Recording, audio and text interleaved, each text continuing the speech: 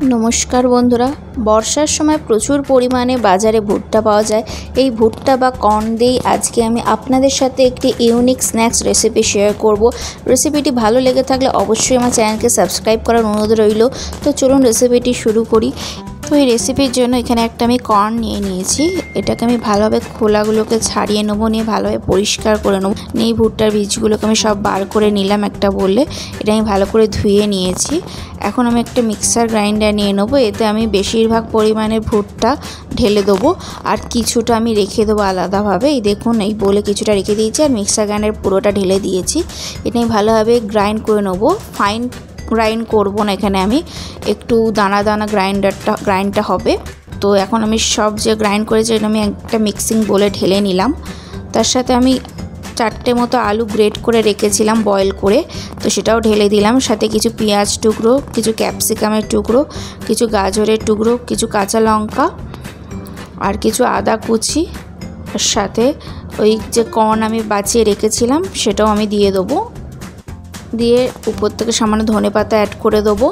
দিয়ে এখানে সামান্য কিছু মশলা লাগবে, একদম অল্প পরিমাণে হলুদের গুঁড়ো, কাশ্মীরি লঙ্কার গুঁড়ো, একটু বেশি পরিমাণে চাট মশলা ব্যবহার করেছি এখানে, আর তার সাথে সামান্য পরিমাণে গরম মশলা আর কিছুটা পরিমাণ জিরা অ্যাড করে দিয়েছি।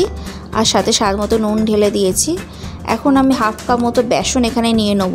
বেসন আমি একসাথে ঢেলে দেবো না, আমি অল্প অল্প করে ঢালবো।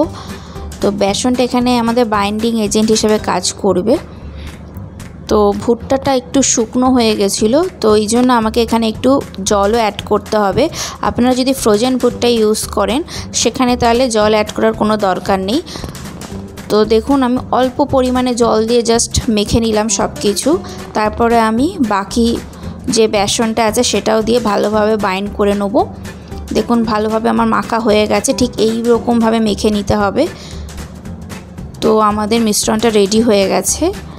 এখন আমি এরকম কয়েকটা আইসক্রিমের স্টিক যেগুলো হয় এগুলো নিয়ে নিলাম। তো এই স্টিকে আমি এক একটা করে শেপ দিয়ে দেবো মিশ্রণ থেকে নিয়ে, এইভাবে ঠিক শেপ দেবো। আর অবশ্যই তার আগে আমি হাতে সামান্য পরিমাণ তেল মেখে নেব, যাতে এই ভুট্টার মিশ্রণটা হাতে না বারবার লেগে যায়। ঠিক এইভাবে শেপ দিয়ে নিতে হবে। তো এইভাবে আমি প্রতিটা স্টিকে ভালোভাবে ভুট্টার মিশ্রণগুলোকে সেট করে নেব। তো ভুট্টার মধ্যে একটা মিষ্টত্ব ভাব থাকার জন্য এই কাটলেটগুলো বানানোর সময় বেশি মশলা আমাদের লাগবে না। তো দেখুন, কাটলেটগুলো আমার সুন্দর করে বানানো হয়ে গেছে। এখন আমি একটা প্যানে পরিমাণ মতো তেল অ্যাড করে দিলাম। তেলটা মিডিয়াম গরম যখন হবে তখন আমি ফ্লেমটা লো করে এই কাটলেটগুলো সব ভাজতে দেবো। তো উপর থেকে একটু তেল দিয়ে এইভাবে ভাজলে দুদিকে সমানভাবে ভাজা হবে। তো এইভাবে আমি প্রতিটা কাটলেট ডিপ ফ্রাই করে নেব তেলে। দেখুন, এইভাবে গোল্ডেন কালার এসে যাবে প্রতিটা কাটলেটে। তো বন্ধুরা, রেসিপিটি ভালো লেগে থাকলে অবশ্যই বন্ধুদের সাথে শেয়ার করো। আর যারা ফেসবুক পেজ থেকে দেখেছো তারা অবশ্যই আমার পেজকে ফলো করে রেখো নতুন রেসিপি পাওয়ার জন্য। তো দেখো বন্ধুরা, আমার প্রতিটা কাটলেট ডিপ ফ্রাই করা হয়ে গেছে। আমি এখন সব তুলে নেব।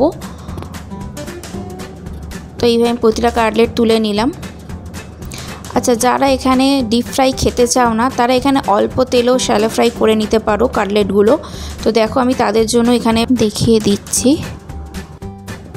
দেখো, এইভাবে শ্যালো ফ্রাই হলেও কত সুন্দর হয়। তো বন্ধুরা, রেসিপিটা তো দেখে নিলে তাহলে অবশ্যই একবার এই বর্ষাকালে এই রেসিপিটি ট্রাই করে দেখো। আশা করছি তোমাদের ভালো লাগবে। বিকালে স্ন্যাক্স হিসাবে এটা অবশ্যই একবার ট্রাই করো, বাচ্চাদেরও খুব ভালো লাগবে। তো বন্ধুরা, রেসিপিটি ভালো লেগে থাকলে অবশ্যই একটা লাইক করে দিও। অবশ্যই কমেন্ট করে জানিও তোমাদের কেমন লেগেছে। তো দেখা হচ্ছে অন্য কোনো রেসিপিতে। ভালো থাকবে সবাই, টাটা।